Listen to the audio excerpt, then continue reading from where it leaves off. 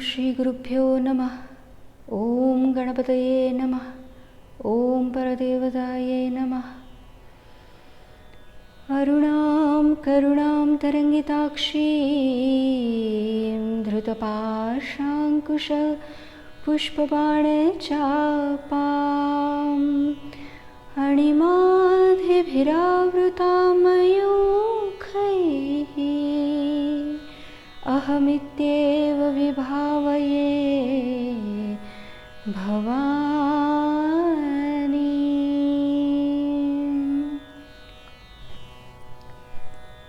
नमस्कार. या दृक्श्राव्य शृंखलेद्वारा श्री तंत्रपीठाचे गुरु श्री युगानंदनाथ जीतेशजी यांचे देवी ललिता त्रिपुर सुंदरीच्या श्री ललिता सहस्त्रनामामधील प्रत्येक नावावरील साधना केंद्रित भाष्य आणि मार्गदर्शन साधकांपर्यंत पोचवण्यात येत आहे. मी अपर्णा अगरवाल मराठीमधून श्री महाराज्ञी या देवीच्या दुसऱ्या नावावरील भाष्य निरूपण स्वरूपात तुमच्या समोर मांडत आहे. सुरुवात देवी रहस्यामधील श्री महाराज्ञी स्तोत्रातील या श्लोकापासून करूयात. देवी श्री भूतधात्री प्रवर गुणमये निष्कले निर्गुणे मे माये मातशरण्ये गिरिवरतनये चिन्मये तत्वरूपे दुर्गे चंडी प्रमत्ते त्रिपुरविजयिनी स्मेरवक्त्रे वरण्ये कारुण्याढ्ये प्रशस्ते सुरदिति जनुते राज्ञी त्वं वै प्रसीद. श्री महाराज्ञी या शब्दाचा अर्थ श्री विद्येच्या अनुषंगाने समजावून घेऊयात. श्री महाराज्ञी या नावात 3 भाग आहेत: श्री, महा आणि राज्ञी. श्रीम मधील श्री हा देवीचे लयामधून अनुस्वारापर्यंत जाण्याची स्थिती किंवा स्वरूप आहे. या स्वरूपामध्ये देवी तिची पंचकृत्ये सृष्टी, स्थिती, संहार, तिरोधान आणि अनुग्रह करण्यात कार्यरत असते. पहिलं नाव श्रीमाता हे सृष्टी पैलू देवीचे सृजन्य स्वरूप दर्शविते. श्री महाराज्ञी शब्दातील राज्ञी शब्द स्थिती पैलू दर्शवितो. पालनपोषण करती हे देवीचे स्वरूप आणि कार्य दर्शवितो. राज्ञी म्हणजेच राणी तिच्या साम्राज्याच्या उदरनिर्वाहाची नित्य काळजी घेते. तिच्या राज्यातील प्रदेश, प्राणीमात्र, प्रजा आणि साम्राज्याशी निगडीत इतर सर्व घटकांच्या भरणपोषणाची आणि उत्कर्षाची देखील. यामुळे असा प्रश्न पडतो की श्रीमातेप्रमाणे केवळ श्री राज्ञी असे ललिता सहस्त्रनामात देवीचे दुसरे नाव का नाही? महा हा शब्द जोडण्यामागे आणि श्री महाराज्ञी या नावाने देवीला संबोधण्यामागे काय उद्दिष्ट असावे? श्री माता म्हणजे मातांची जननी. श्री राज्ञी म्हणजे राण्यांची राणी.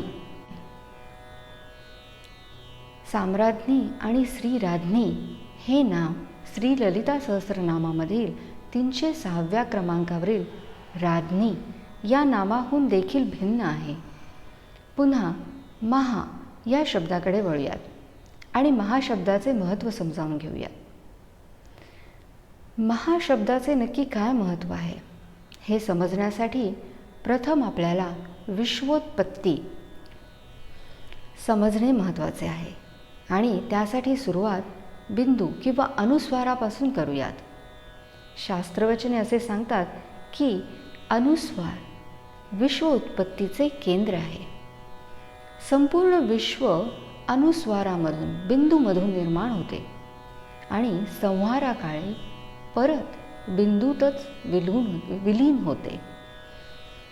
शिवतत्व संभाव्य तत्व आहे, पोटेन्शियल, आणि शक्तितत्व गतिशील, चैतन्यमय, डायनॅमिक आहे.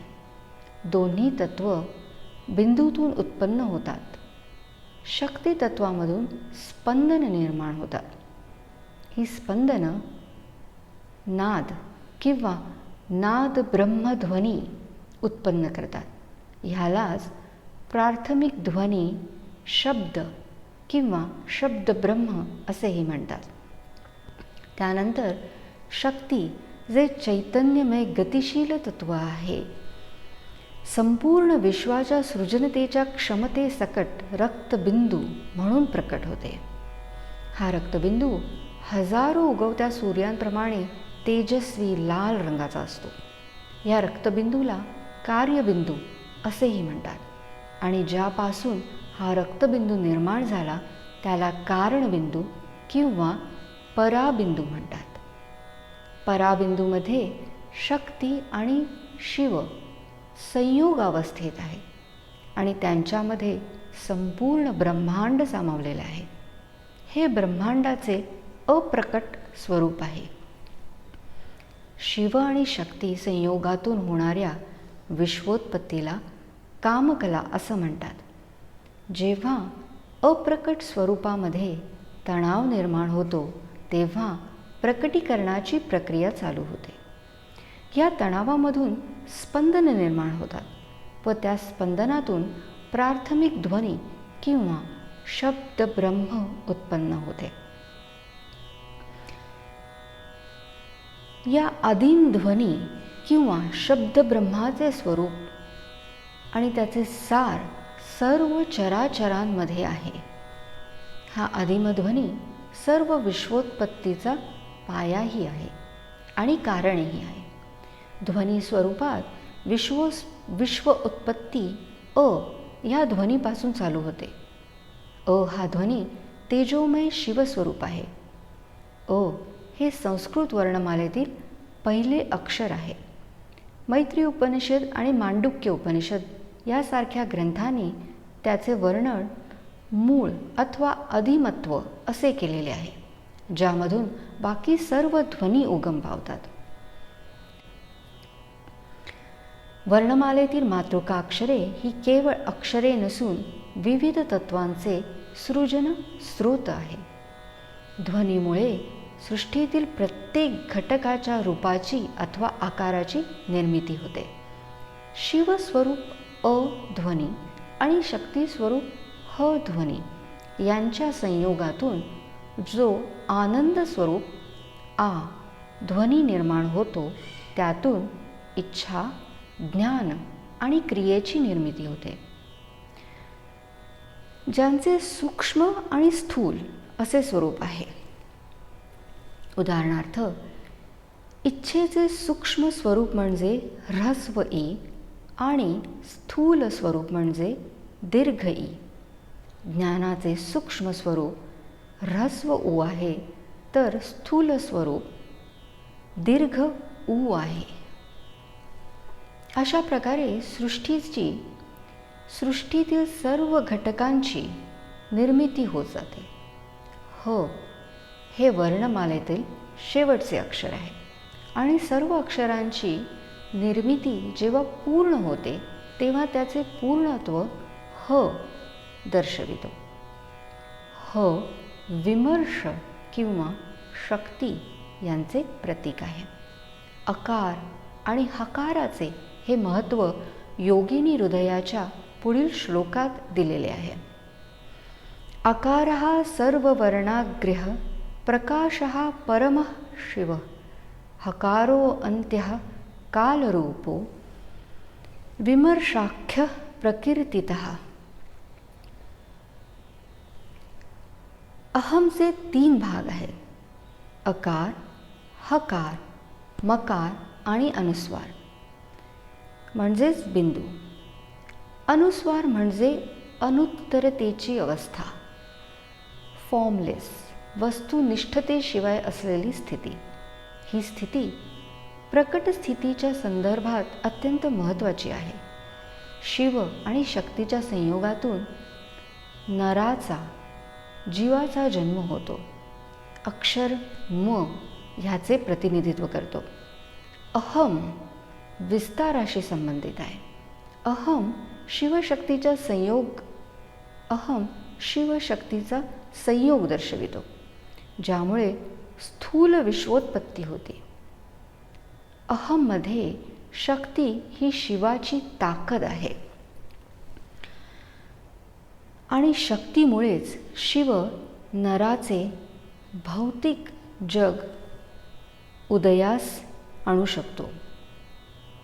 मकार, हकार, अकार हे महाचे 3 भाग आहेत आणि शब्द महा हा अहम या शब्दाचे प्रतिबिंब आहे. हे तुमच्या लक्षात आलं असेल. महामध्ये शक्ती ही नराची ताकद आहे. या चैतन्य शक्तीमुळेच नर पुन्हा मोक्ष प्राप्ती करून घेऊ शकतो, शिवमय होऊ शकतो. त्यामुळे महा या शब्दाला समष्टीचे महत्त्व आहे आणि तो शब्द मंत्राच्या शीर्षकात जोडलेला आहे.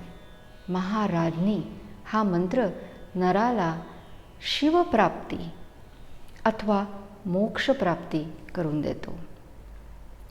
म्हणूनच राज्ञी मंत्र आणि महाराज्ञी मंत्र, वाराही मंत्र आणि महावाराही मंत्र, शास्त्रा मंत्र आणि महाशास्ता मंत्र हे सर्व मंत्र भिन्न आहेत आणि असाही यातून उलगडा होतो की अतिरिक्त बीजे आणि अक्षरे जोडून मंत्र शिवप्राप्ती किंवा मोक्ष साधनेसाठी उन्नत केला जातो. आता आपण स्थिती अवस्थेबद्दल थोडं बोलूयात. उत्पत्ती आणि लय ह्या प्रक्रियेमध्ये अनेक अवस्था आहेत आणि त्या प्रत्येक अवस्थेला निर्धारित काळापर्यंत टिकण्यासाठी पालन पोषणाची आवश्यकता आहे. स्थिती अवस्था ही उत्पत्ती आणि संहार ह्यामधील स्थायी स्थिती आहे. संकुचनानंतर विस्तार लगेच होत नाही. उदाहरणार्थ मनुष्य शरीर.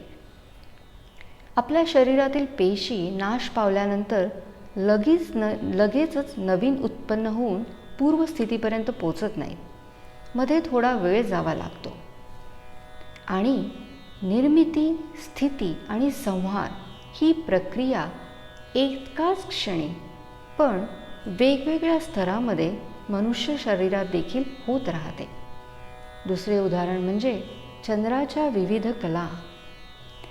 अमावस्येपासून पौर्णिमेपर्यंत आपल्याला चंद्राच्या विविध कलांचे दर्शन होते आणि या प्रत्येक कलेला, तिथीला तिच्या नियोजित काळापर्यंत टिकण्यासाठी उदरनिर्वाहाची, पालनपोषणाची गरज असते. चंद्र हा एकच असून देखील या वेगवेगळ्या कलांमुळे विविध असल्याचा भासही होतो. ह्याचप्रमाणे ही संपूर्ण चराचर सृष्टी देवी स्वरूप असूनही तिच्याच मायाशक्तीमुळे विविध रूपात अनुभवता येते. महाराज्ञी हीच मायाराज्ञीही आहे. देवी भागवत आणि कुब्जिका माता तंत्र ह्यामध्ये देवीच्या माया स्वरूपाच्या कार्यावर चर्चा आहे.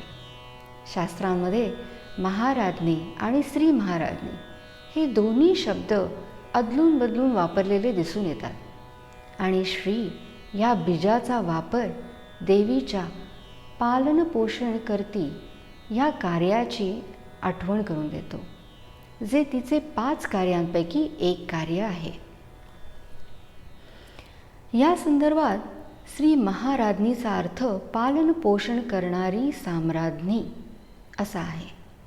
साम्राज्ञी जी उत्पत्ती आणि संहार यामधील सर्व स्थितींची पोषण करते आहे. राज्ञी ही व्यष्टीची राणी आहे.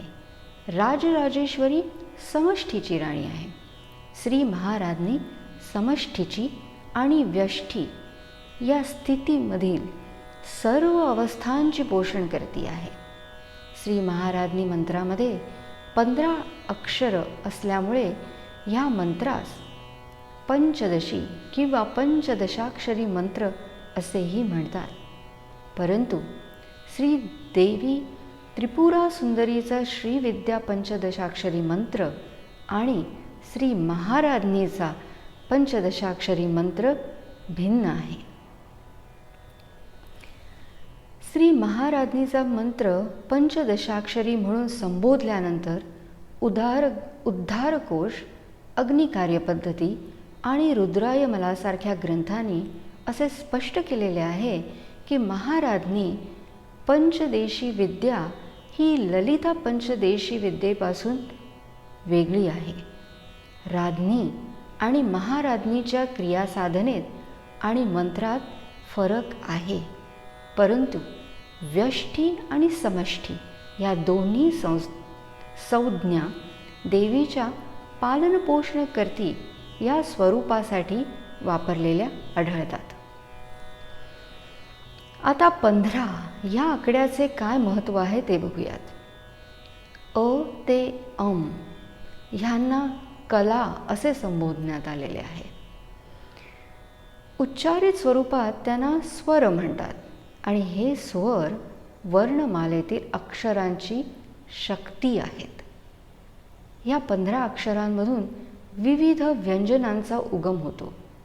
हे स्वर 15 तिथी ही दर्शवितात. तंत्रराजतंत्रात तिथीनित्यांचा उल्लेख संस्कृत वर्णमाला स्वर म्हणून केलेला आहे. चंद्राच्या 16व्या कलेला विसर्ग कला असे म्हणतात. ही पौर्णिमा तिथी आहे आणि तिला अमृतकला असेही म्हटले जाते. विस्तार आणि परत आकुंचन किंवा संकुचन या कलेमध्ये समाविष्ट आहे. देवी श्री त्रिपुरा सुंदरीचा पंचदशाक्षरी मंत्र आणि श्री महाराज्ञीचा पंचदशाक्षरी मंत्र जरी वेगवेगळे असले तरी दोन्ही मंत्र संपूर्ण प्रगती दर्शवितात. पुन्हा श्री महाराज्ञी या मंत्रावर लक्ष केंद्रित करूया. आपण आधी पाहिले की निर्मितीपासून संहारापर्यंत प्रत्येक स्थितीला पालनपोषणाची गरज असते. बिंदू किंवा अनुस्वार हा निर्मिती आणि संहार या प्रक्रियेत अत्यंत महत्त्वाचा आहे. त्याचप्रमाणे पालनपोषण हे कार्य विस्तार आणि लय या संपूर्ण प्रक्रियेत अत्यंत महत्त्वाचे आहे. पहिल्या 15 कला पूर्ण कला अथवा अमृतकलेपासून निर्मितीच्या विविध स्थिती दर्शवितात, तर पुढील 15 कला अमृतकलेपासूनच्या पुढील 15 कला परत लयापर्यंत जाताना विस्तार समयीच्या पालनपोषणाच्या विविध स्थिती दर्शवितात. म्हणूनच धर्मग्रंथांनी श्री महाराज्ञी विद्येला पंचदशाक्षरी विद्या म्हणून महत्त्व दिलेले आहे. या माहितीनंतर आता आपण श्री महाराज्ञीच्या भक्ती साधनेबद्दल माहिती करून घेऊया. भवानी त्वं दासे मयि वितर दृष्टीं सकरुणां. भवानी तुझा दास तुझ्या करुणामय दृष्टीचा अभिलाषी आहे. भक्ती साधनेत श्री विद्या साधकाला ललिता देवीपर्यंत पोचण्यासाठी दास्यभाव आत्मसात करावा लागतो. ज्याप्रमाणे प्रजा त्यांच्या साम्राज्ञीप्रती अत्यंत निष्ठावंत असते आणि तिने नियोजित केलेली सर्व कार्य प्रजा समर्पण भावनेतून करत असते, त्याप्रमाणे साधकाचीही प्रवृत्ती असावी अशी अपेक्षा आहे. प्रजेला आपल्या राणीबद्दल भीतियुक्त आदर असतो, कारण राणी प्रजेच्या सुकृत्याचा गौरव करते. परंतु विश्वाच्या संतुलनेत अडथळा निर्माण होणाऱ्या दुष्कृत्याबद्दल शिक्षा देखील करते. देवी नियम बनवते, कायदे करते आणि त्याची अंमलबजावणी सुनिश्चितही करते. कार्मिक न्याय ही त्यास अपवाद नाही, तो पण सर्व सृष्टीस लागू आहे.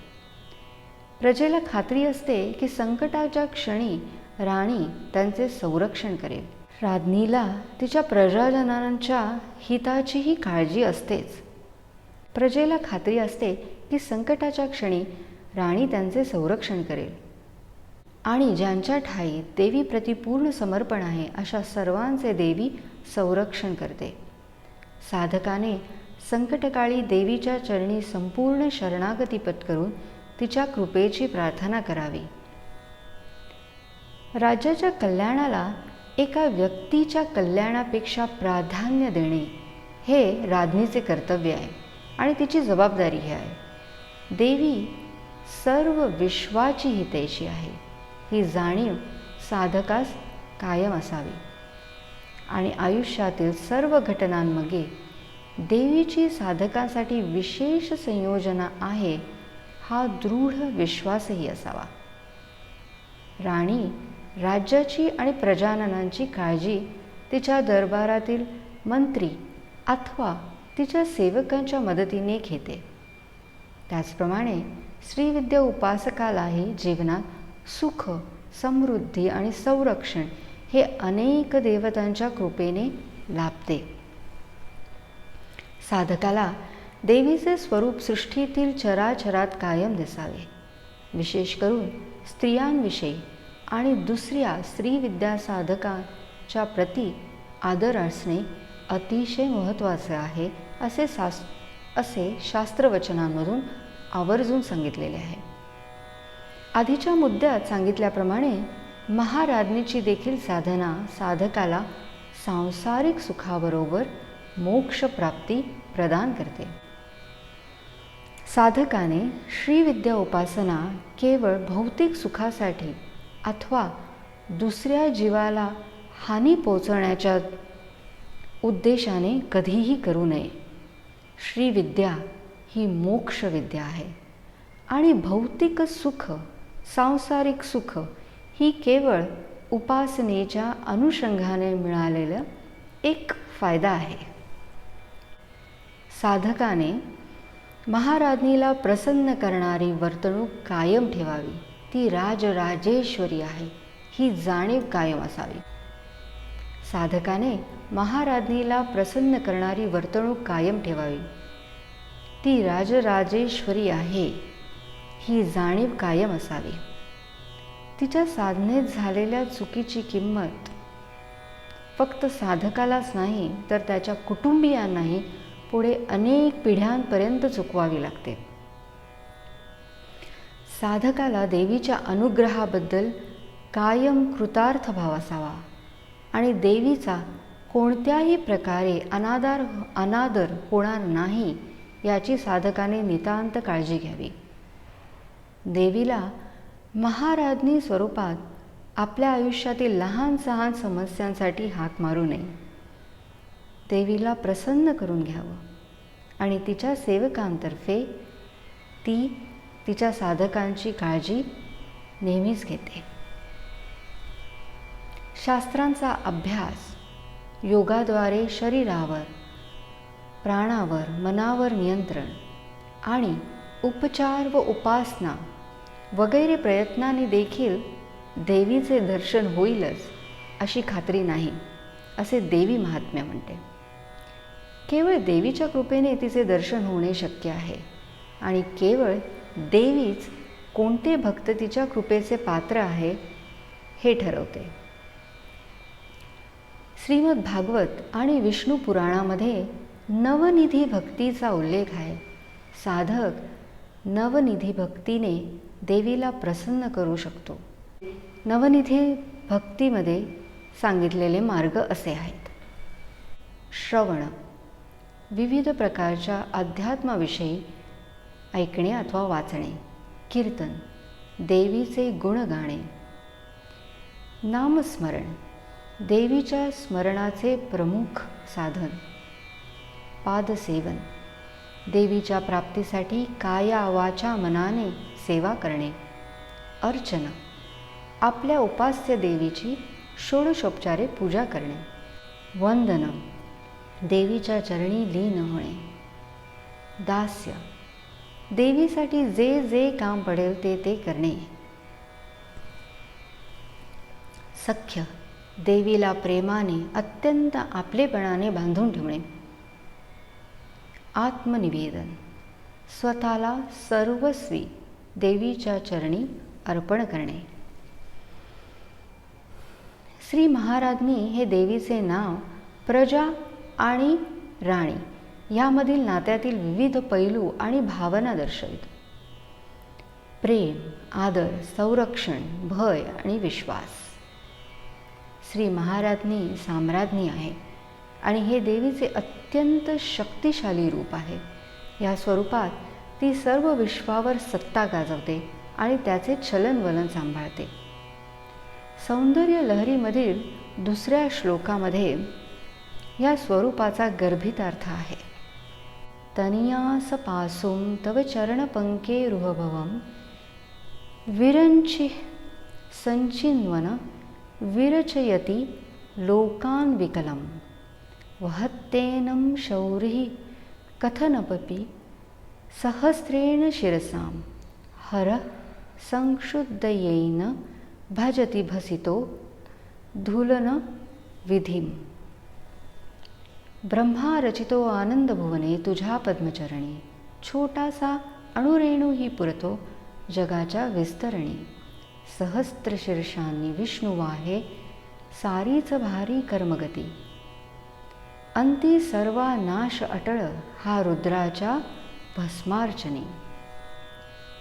देवीच्या पदकमलांच्या केवळ एका धुळीकणापासून ब्रह्मदेव सर्व विश्वांची परिपूर्ण निर्मिती करतात.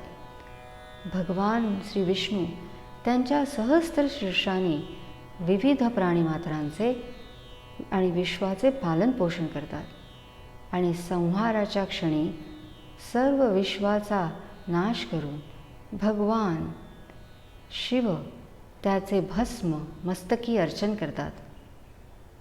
असा या श्लोकाचा अर्थ आहे. निर्मिती, स्थिती आणि लय ही संपूर्ण प्रक्रिया केवळ देवीच्या कृपेमुळे अखंड होत राहते. तुम्हाला जर श्री महाराज्ञी सहस्त्रनाम स्तोत्राचे पारायण करायचे असेल तर श्री विद्यापीठाच्या वेबसाईटवर फ्री पब्लिकेशन भागामध्ये हे स्तोत्र उपलब्ध करून देण्यात आलेले आहे आणि यूट्यूब चॅनलवर त्याचे सादरीकरणही आहे. साधकांनी त्याचा जरूर लाभ घ्यावा. आता आपण ज्ञान साधनेबद्दल माहिती करून घेऊया. श्री महाराज्ञीची ज्ञान साधना. ज्ञानमार्गावरील साधकांचा प्रमुख प्रश्न असा असतो की प्रकृतीचे सर्व घटक प्रकृतीचे नियम का पाळतात. म्हणजेच सूर्य रोज पूर्व दिशेलाच का उगवतो. अग्नी त्याच्या संपर्कात येणाऱ्या सर्व वस्तू भस्म का करतो. या प्रश्नाचे प्राथमिक उत्तर असे आहे की प्रकृती महाराज्ञी आहे. ती सृष्टीचे नियम बनवते आणि सृष्टीमधील प्रत्येक घटकाला ते पाळावेच लागतात. यदिदं किंचम जगत सर्वं प्राण एजति निःसृतं महद्भयं वज्रमुदयतं य एतद् विदुरमृतास्ते भवन्ति भयादस्याग्नि तपति भयात् तपति सूर्यः भयादि इंद्रश्च वायुश्च मृत्युर्धावति पंचमः. कथा उपनिषदातील या श्लोकामध्ये असे म्हटलं आहे की ज्या शक्तीने हे विश्व निर्माण केले ती शक्ती वज्राप्रमाणे आहे आणि वज्र घात करण्यास समर्थ आहे. देवी तिने घालून दिलेल्या नियमाचे उल्लंघन करणाऱ्यांना किंवा त्यांची कर्तव्ये न पार पाडणाऱ्यांवर वज्राघात करते.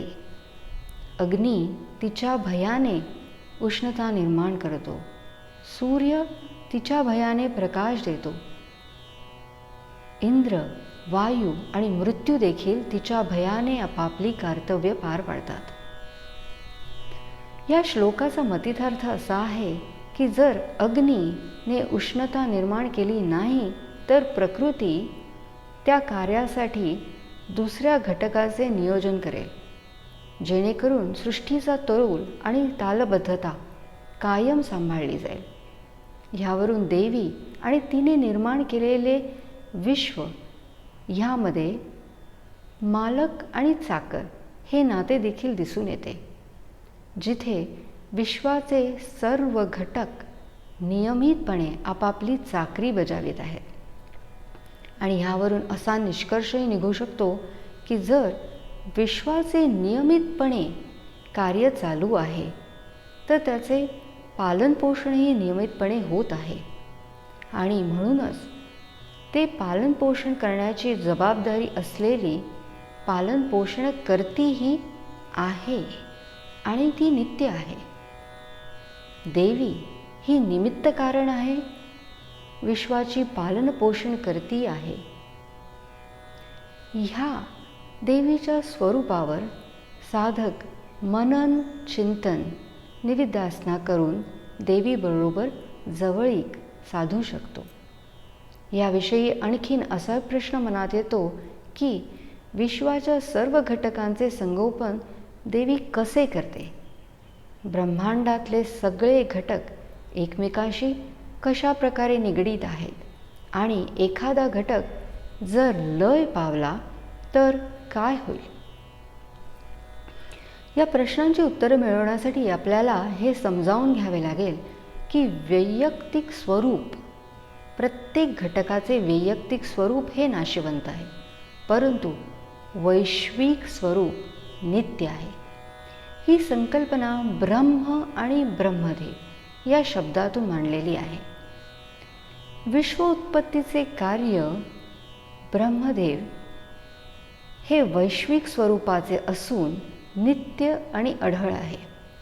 विश्व उत्पत्तीचे कार्य ब्रह्म हे वैश्विक स्वरूपाचे असून नित्य अविनाशी आहे, परंतु प्रत्येक युगाशी निगडीत असलेले ब्रह्मदेव त्या युगाच्या शेवटास लयास जातात.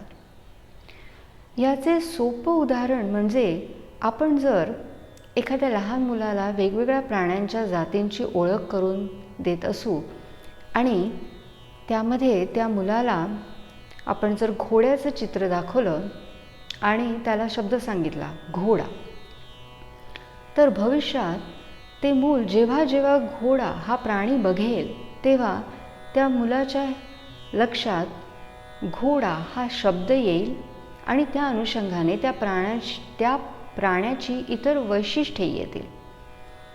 त्या मुलाला दाखवलेल्या चित्रातील घोडा हा नाशिवंत आहे, पण घोडा ही प्राणी मात्रातील जात सृष्टी आहे तोपर्यंत सतत आहे आणि सृष्टी लयास गेल्यावर देखील सृष्टीच्या उदरात संभाव्य स्वरूपात नित्य आहे. वैयक्तिक देवता आणि प्राणी मात्र सृष्टीक्रमात कधीतरी लय पावतात, परंतु त्यांचे वैश्विक रूप नित्य आहे. अंतिम संहार क्षणी नित्य वैश्विक स्वरूप प्रकृतीच्या उदरात शाश्वत स्वरूपात सामावून जाते आणि पुढील उत्पत्तीच्या क्रमाच्या वेळी पुन्हा वैयक्तिक स्वरूपात प्रकट होते. ऋग्वेद आणि महानारायण उपनिषदातील श्रुती असं म्हणतात की सूर्य आणि चंद्र सृष्टीच्या निर्मितीमध्ये पहिल्याप्रमाणेच परत निर्माण केले जातात. आणि महाभारतातील स्मृती असा संदर्भ देतात की सर्व देवी देवता सृष्टीच्या निर्मितीक्रमात पुन्हा प्रकट होतात. यामधून दोन निष्कर्ष निघतात. वैश्विक स्वरूप नित्य अविनाशी आहे, म्हणून त्या विश्वाची पालनकर्ती देखील नित्य आणि अविनाशी आहे. वैयक्तिक जीवाचा आधार वैश्विक स्वरूप आहे आणि वैश्विक स्वरूप व्यक्त किंवा अव्यक्त स्वरूपात विश्वाच्या पालनकर्तीवर अवलंबून आहे. सूर्य, पृथ्वी हे ग्रह स्थूल पातळीवर किंवा भौतिक पातळीवर वस्तू आहेत, परंतु त्यांना कार्यक्षम करविती देवीचे चैतन्य ही शक्ती आहे. ही देवी सृष्टीतील सर्व घटकांचे नियंत्रण करते आणि त्यांचं संतुलन राखते. आपण जेव्हा सूर्याची प्रार्थना करतो तेव्हा ती प्रार्थना सूर्य ह्या केवळ ग्रहाला एका जड किंवा भौतिक वस्तूला उद्देशून नसते. ती प्रार्थना सूर्याला सक्षम बनवणारी, कार्यक्षम बनवणाऱ्या त्या दैवी शक्तीला उद्देशून असते, जिच्यामुळे सूर्य प्रकाशमान आहे आणि उष्णता निर्माण करतो. त्याचप्रमाणे जेव्हा आपण भूमिवंदन करतो तेव्हा आपण भूमीमध्ये कार्यरत असलेल्या दैवी शक्तीपुढे नतमस्तक होतो. आणि जेव्हा आपण मृत्यूसमयी असं म्हणतो की अमुक व्यक्ती आपणास सोडून गेली, आपण त्या व्यक्तीच्या केवळ पार्थिव शरीराबद्दल बोलत नसतो. आपण त्या शरीराचे चलनवलन ज्या दैवी शक्तीमुळे होत असते त्या देवी शक्तीला संबोधतो. थोडक्यात सांगायचं झालं तर प्रत्येक जीव हा वैश्विक स्वरूपाशी निगडीत आहे आणि त्यामुळे प्रत्येक जीव हा वैश्विक स्वरूप आणि वैश्विक पालनकर्तीशीही निगडीत आहे. महाराज्ञी निमित्त कारण आहे आणि उपादान कारणही आहे. त्यायोगे साधक आणि सृष्टीतील प्रत्येक गोष्ट, प्रत्येक घटक महाराज्ञीशी निगडीत आहे. महाराज्ञी निमित्त कारणही आहे आणि उपादान कारणही आहे. ती सृष्टीतील सर्व घटक निर्माण करते आणि त्यांना कार्यक्षम बनवते. त्यामुळे साधक आणि सृष्टीतील प्रत्येक घटक महाराज्ञीशी निगडीत आहे. हे समजल्यावर मनन आणि निधिध्यासनाद्वारे साधकाला सृष्टीतील प्रत्येक निर्मितीबाबत प्रेम व आपुलकीची भावना निर्माण होते. साधनेच्या पुढील टप्प्यात साधकाला असा प्रश्न पडतो की जर सर्व निर्मिती देवीचे स्वरूप आहे तर मग सृष्टीमधील घटक भिन्न भिन्न का आणि मी दुसऱ्या व्यक्तीपासून वेगळा का? आणि पुनरपि जननम पुनरपि मरणम ह्या शृंखलेतून मुक्ती मिळू शकते? ह्या टप्प्यावर गुरु साधकाला कर्मबंधन आणि त्यापासून मुक्तीच्यासाठी मार्गदर्शन करतात. देवी सर्वव्यापी आहे आणि कर्माचे नियम सृष्टीतील सर्वांनाच लागू आहेत. परमचैतन्यामध्ये कर्मिक वासना रज, सत्व आणि तम ह्या गुणांच्या रूपात अस्तित्वात असतात. प्रत्येक जीवावर भूतकाळातील कर्म आणि वासना याचा अंमल असतो आणि तो जीव नित्य नवीन कर्मांचा संचय करीत असतो. कर्मे 3 प्रकारची असतात: संचित कर्म, प्रारब्ध कर्म आणि आगामिक कर्म. संचित कर्म: मी देह आहे, मी कर्ता आहे अशा बुद्धीने मनुष्य जन्मात जी कर्मे केली असतील आणि ज्या कर्माच्या फलभोगास आरंभ झालेला नाही अशा कर्मांचा साठा. प्रारब्ध कर्म: संचितातून ज्या कर्मांच्या फलभोगास आरंभ होऊन वर्तमान शरीर प्राप्त झाले आहे अशा कर्मांचा समुदाय. आगामिक कर्म: सध्याच्या शरीरात केली जाणारी कर्मे चालू जन्मात अथवा पुढील कोणत्या तरी जन्मात फळ देतातच. परमचैतन्यामध्ये या सर्व चैतन्याची नोंद असते आणि प्रत्येक जीवाला त्याच्या कर्मानुसार फळ ती अलिप्ततेने प्रदान करत असते. शाक्तानंदा तारांकिनीमध्ये पुढील उल्लेख आहे: कर्मणा जायते जंतुः कर्मण्यैव प्रलीयते देहे विनष्टे तत्कर्म पुनर्देहं प्रपद्यते तथा धेनु सहस्रेषु वत्सो विन्दति मातरं तथा शुभाशुभं कर्म कर्तारमनुगच्छति. प्राणी मात्र कर्म घेऊन जन्माला येतात आणि मृत्यूसमयी देखील कर्मसंचयाचा साठा असतोच आणि त्यामुळे पुढील जन्म देखील नवीन देहाशी कर्म निगडीत असतात. अशा प्रकारे जीव त्याच्या विहित कर्म आणि निषिद्ध कर्माच्या संचयानुसार विविध योनींमध्ये जन्म घेतो. हेच प्रारब्ध कर्म अथवा कर्म फलभोग प्रारंभ. देवी गीतेमध्ये असं म्हटलं आहे, तस्याम कर्मणी जीवानां जीवाः कालश्च संचरे अभेदेन विलीनः स्युः सुषुप्तौ व्यवहारवत् स्वशक्तेश च समायोगादहं बीजात्मतां गता स्वाधारावरणात्तस्या दोषत्वं च समागतम्. देवी स्वतः असं म्हणते की लयाच्या क्षणी सुषुप्ती अवस्थेमध्ये जी गाढ निद्रेसारखी अवस्था आहे, सर्व कर्मे माझ्यामध्ये विलीन होतात आणि माझ्याच मायाशक्तीमुळे कर्म करता आणि त्याची कर्मे ही भिन्न दिसावी असा दोष उत्पन्न होतो. देवी गीतेत असं म्हटलं आहे, साहम सर्वं जगत् सृष्ट्वा तदन्तः प्रविश्याम्यहं माया कर्मादिसहिता गिरे प्राणपुरः सरा. देवी माया, प्राण, कर्म आणि इतर घटकांसहित विश्वाची पुनर्निर्मिती करते. त्यावेळी महाराज्ञी स्वरूपात ती संचित कर्माची विभागणी करते. प्रकृतीचे नियम लागू होण्याकरिता किंवा कर्म आणि कर्मफल हा सिद्धांत खरा असण्यासाठी आत्मा हा अविनाशी असला पाहिजे आणि आत्मा जो देह धारण करतो तो केवळ देह नाशिवंत आहे. या गुरु उपदेशाचे साधकाला ज्ञानसाधनेमध्ये खऱ्या अर्थाने आत्मबोध होत जातो.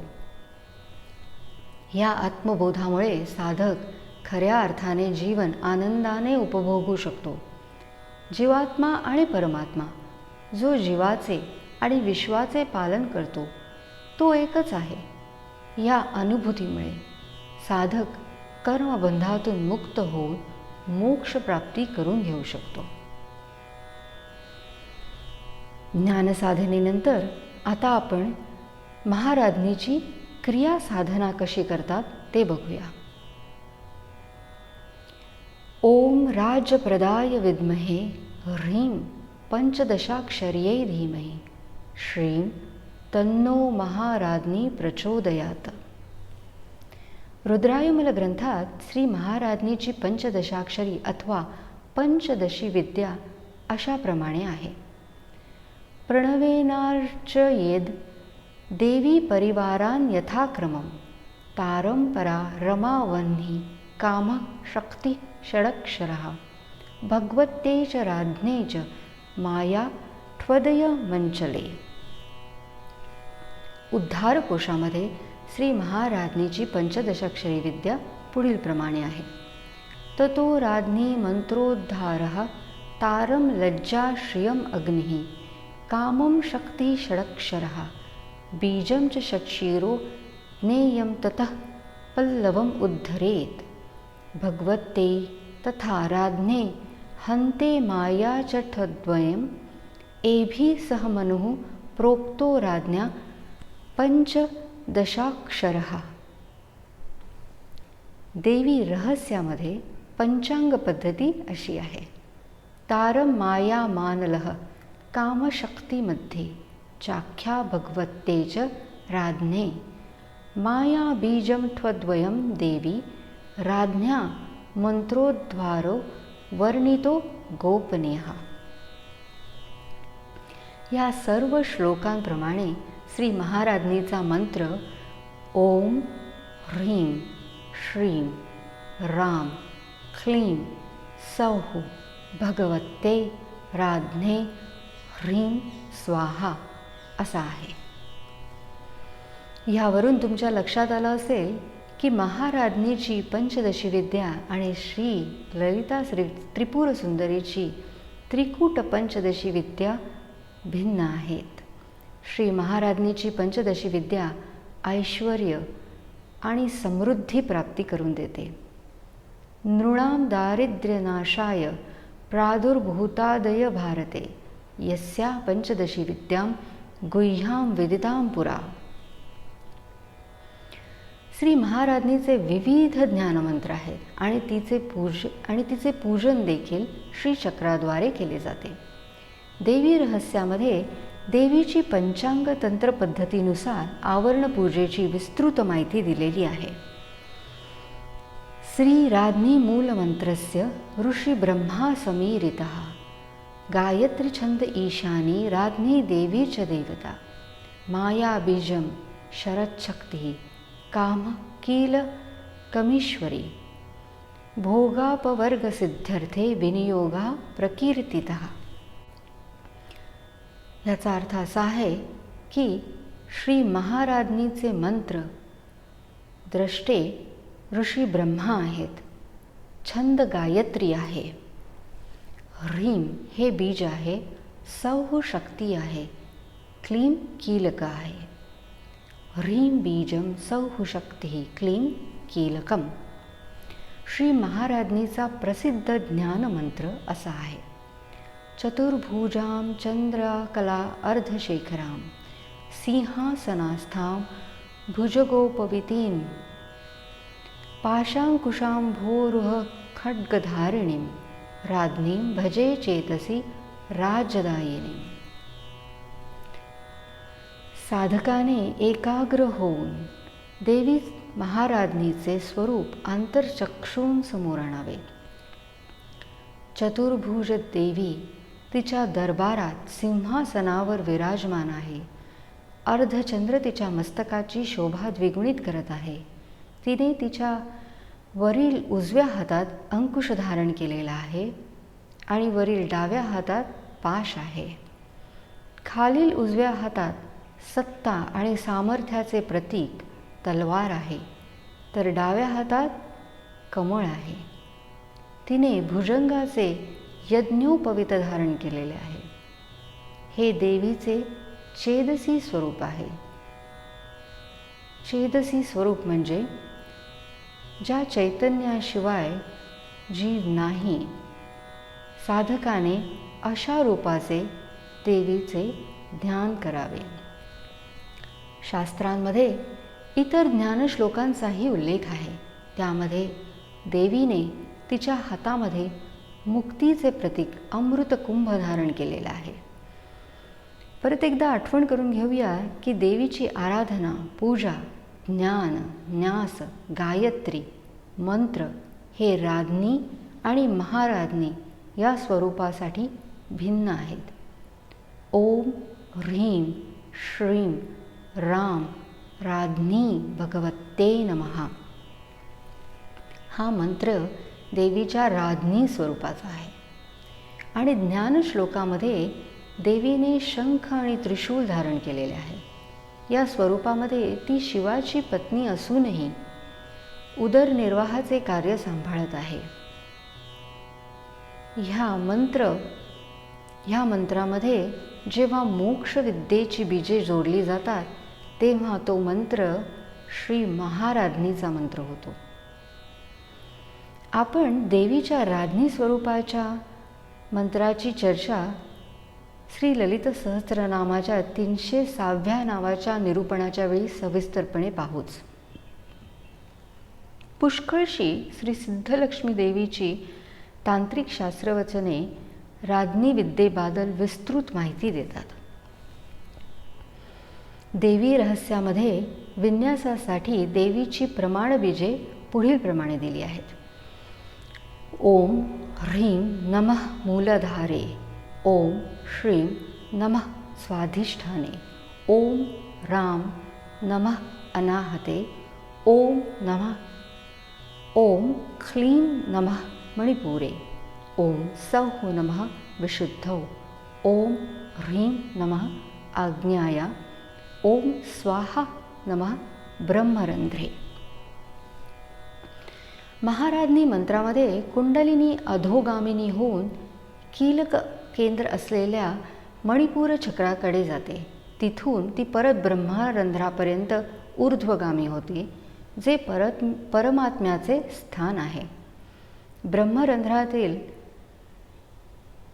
जीवात्मा आणि परमात्मा ऐक्याविषयी ज्ञान प्राप्त करून देते. हे महामंत्राचे सार आहे. अशा प्रकारे महाराज्ञी साधनेमुळे साधकाला आंतरिक चैतन्य कशाप्रमाणे ब्रह्मांडाच्या चैतन्याशी तद्रूप होऊ शकते याची अनुभूती होते आणि देवी सर्व प्राणीमात्रांचे पालनपोषण हेच चैतन्य बनून महाराज्ञी स्वरूपात करते ह्याची अनुभूती आणि ज्ञान होते. अशा प्रकारे आपण महाराज्ञीच्या मंत्र ज्ञान आणि मंत्र अर्थाची निरूपणाद्वारे माहिती करून घेतली.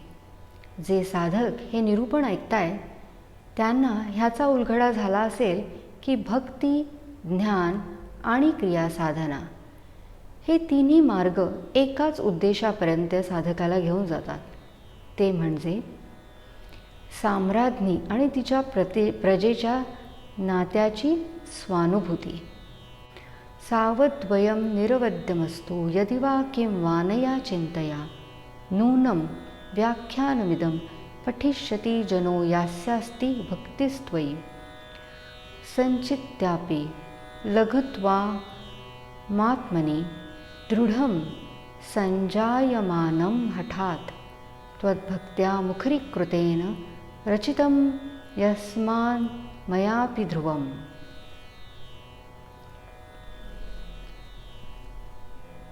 मी तर अजाण आहे, पण तुझ्या या स्वरूपाचे ज्ञान माझ्या बुद्धीपर्यंत केवळ तुझ्या भक्ती आणि अनुग्रहामुळे आले. ते आक्षेपार्ह असो अथवा बरोबर असो, तुझे साधक त्यांच्यावर मनन करतील अशी अपेक्षा आहे. श्री महाराज्ञी चरणारविंदार्पणमस्तु. ह्या दृक्शृंखलेमध्ये आपण श्री ललिता सहस्त्रनामामधील श्री महाराज्ञी या देवीच्या दुसऱ्या नावावरील श्री विद्यातंत्रापीठाचे गुरु श्री योगानंदनाथ श्री जितेशजी ह्यांच्या मार्गदर्शनानुसार त्यांनी केलेल्या साधना केंद्रित भाष्य समजावून घेतले. ही दृक्श्राव्य शृंखला बघितल्याबद्दल आम्ही तुमचे आभारी आहोत. नमस्कार.